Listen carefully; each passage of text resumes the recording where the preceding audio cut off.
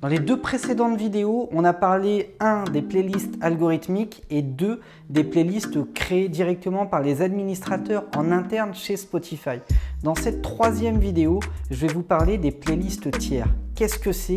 Qui les détient? Qui les crée? Et comment augmenter vos chances de les intégrer? Bonjour à tous, bienvenue dans cette vidéo. Je m'appelle Tariq, je suis producteur, éditeur et artiste à succès, plusieurs fois certifié disque d'or et de platine. Et aujourd'hui, j'aide des artistes et des producteurs indépendants à vivre de leur musique. Avant toute chose, comme à mon habitude, je vous invite à cliquer sur le bouton s'abonner pour rejoindre des milliers d'artistes et de producteurs indépendants. Vous pouvez également activer la cloche de notification pour recevoir un petit email de la part de YouTube à chaque fois qu'une nouvelle vidéo est publiée sur cette chaîne YouTube. Encore une fois, ça récompense mon travail, ça me stimule et me motive à vous balancer encore plus de contenu de qualité pour vous aider à vous développer dans la musique et rapidement vivre de votre musique. Ceci étant dit, on va parler donc des playlists tiers. Qu'est-ce que c'est que j'appelle les playlists tiers?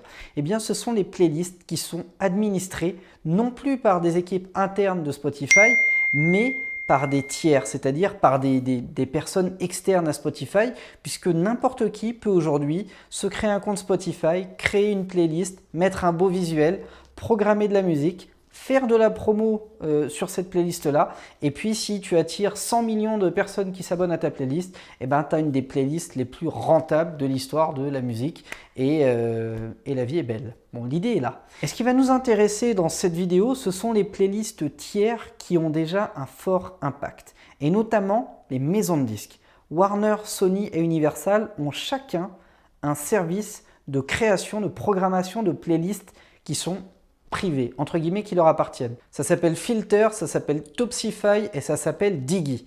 Et ces trois services de création de playlists là, quand vous allez regarder sur Spotify, vous allez voir qu'elles sont derrière des dizaines et des dizaines de playlists à thème très variées, très différentes. Ça représente un catalogue ultra varié, ultra large.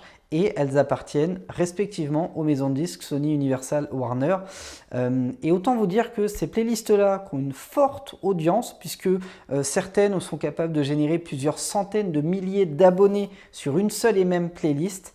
Cette forte audience-là, bien sûr, elle a un coût et ce coût, c'est d'intégrer une maison de disques.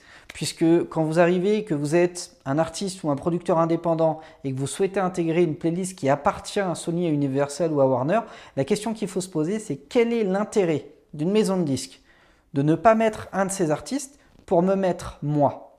Quel est son intérêt? Je vous pose la question. Elle en a absolument aucun.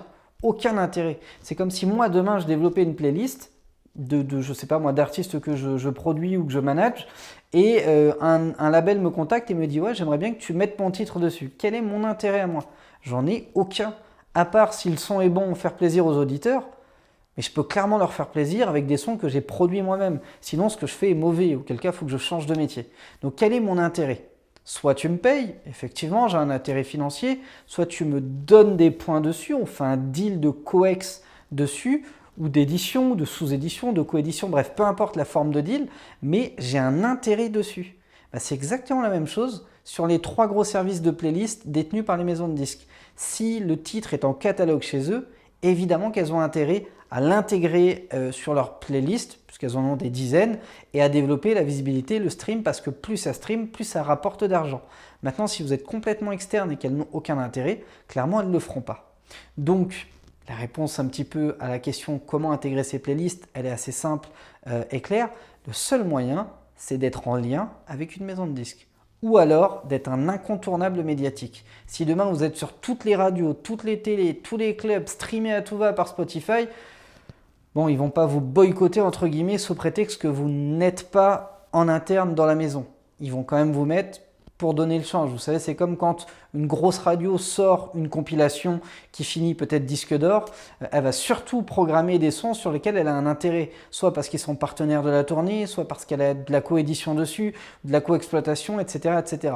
Mais pour donner le change, tu vas jouer quelques valeurs internationales, quelques grosses pointures françaises sur lesquelles tu n'as pas d'intérêt entre guillemets, parce que sinon, clairement, les gens ne voudront pas de ta compile, parce que si la moitié des titres ne t'intéresse pas, tu ne vas pas acheter une compile. Donc du coup, ça donne le change. Sur les playlists, ça peut être exactement la même chose.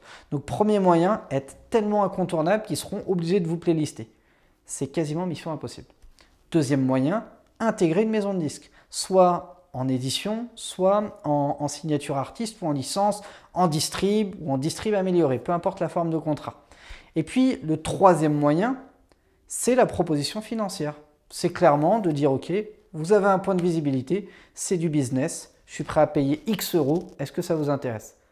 À ce jour, à ma connaissance, encore une fois, à ma connaissance seule, je connais personne qui a été capable d'obtenir une entrée en playlist en payant. Mais j'imagine que c'est possible. En tout cas, j'imagine que ça ne doit pas être impossible puisque dès lors que le cerveau humain est capable de l'imaginer, il est capable de le faire. Donc c'est peut-être envisageable, je ne sais pas s'ils le font, je ne m'avancerai pas là-dessus. Moi, je ne l'ai jamais fait et de mon entourage proche et lointain, professionnel ou personnel, je ne connais personne qui l'a déjà fait. Mais peut-être que c'est possible, ou peut-être aussi qu'ils seront amenés à commercialiser un accès sur ces playlists-là à terme. En tout cas, en France, pour l'instant, ce n'est pas encore le cas. Et puis après, il y a les autres tiers. Les autres tiers, c'est qui? Eh bien, ça va être des DJ à forte visibilité, des stations de radio à forte visibilité, des festivals à forte visibilité.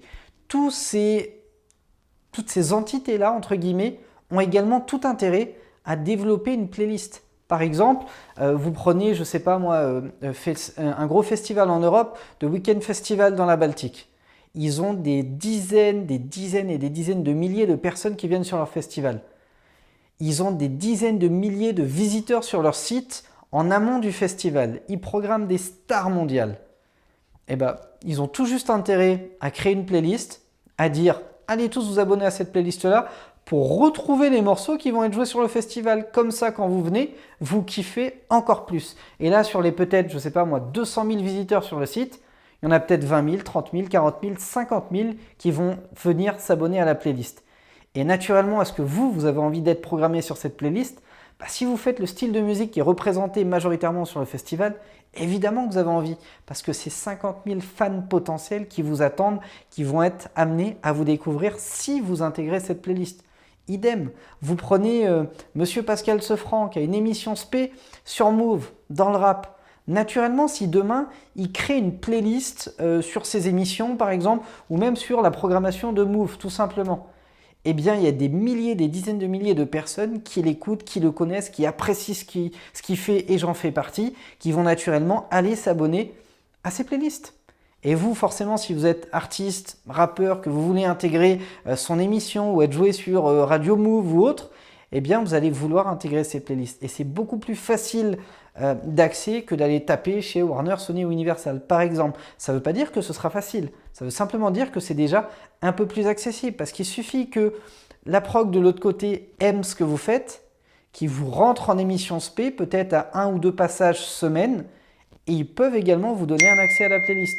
Et là, pareil, vous avez 10 000, 20 000, 30 000, 50 000 personnes, peut-être même 100 000 personnes abonnées. Ce sont des fans potentiels qui n'attendent que de vous découvrir et dont vous avez besoin pour continuer de travailler sur votre développement. Ça multiplié par des dizaines, des centaines de radios, d'émissions spé, de DJ, de programmateurs ou d'influenceurs, et vous allez naturellement faire grossir vos scores de stream. Et comme pour les playlists administrateurs maison de Spotify, plus vous êtes visible en stream, plus vous renvoyez un message positif à l'algorithme, plus il collecte de la data et plus il va vous donner de la visibilité auprès d'un maximum d'auditeurs, consommateurs, abonnés Spotify qui va être capable de streamer davantage vos prochaines sorties singles ou albums. On va maintenant parler du quatrième et dernier type de playlist qui peut présenter de l'intérêt pour vous, ce sont les playlists grand public.